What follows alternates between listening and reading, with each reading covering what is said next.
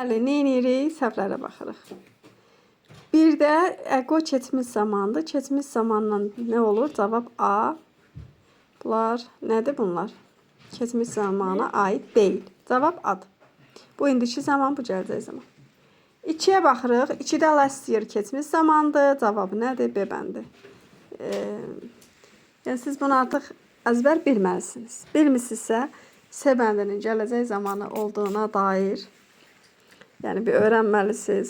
A bəndi də indiki zamandır. Last isə keçmişə aiddir. Sonra 4-ə baxaq.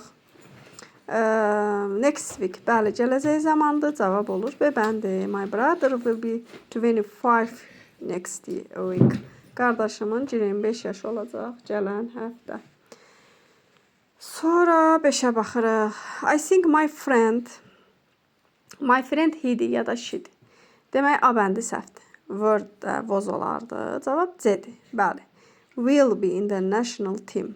Will be olacaq, yəni milli komandada. Məncə qardaşım milli komandada olacaq.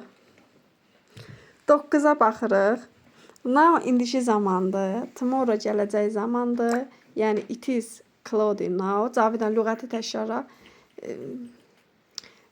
Will be də gələcək zamandır. Ona görə cavab C-dir.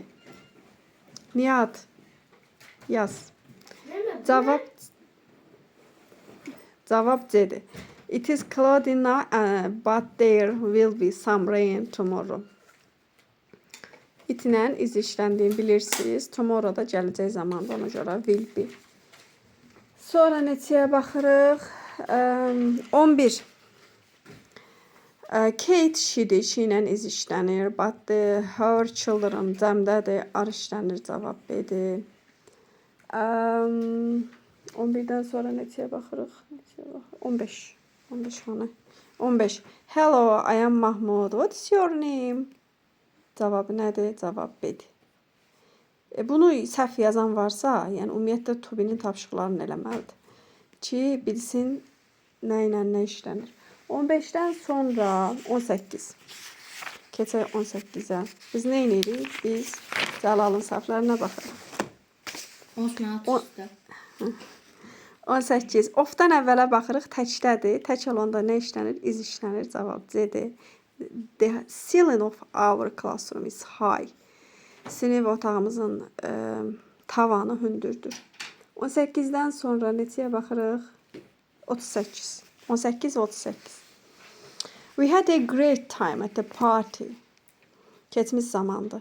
Həmin dəqiqə, yəni cümlə keçmişdirsə, təbii ki, ikinci hissəsi də keçmiş zamanda olacaq. Cavab C-dir. Çünki itlə was işlənir. İtlə were işlənmir. İz də indiki zamandır. İzin olması isə we have olardı. We have a great time. 38-ə baxdıq. 44-ə baxırıq. 44 hanı? 44 buradadır. Why were you so tired yesterday? Niyə sən dünən elə yorğun idin? Qəşəng cümlədə yesterday də keçmişdi, işlənir. İndiki zamanda olsaydı why are you so tired?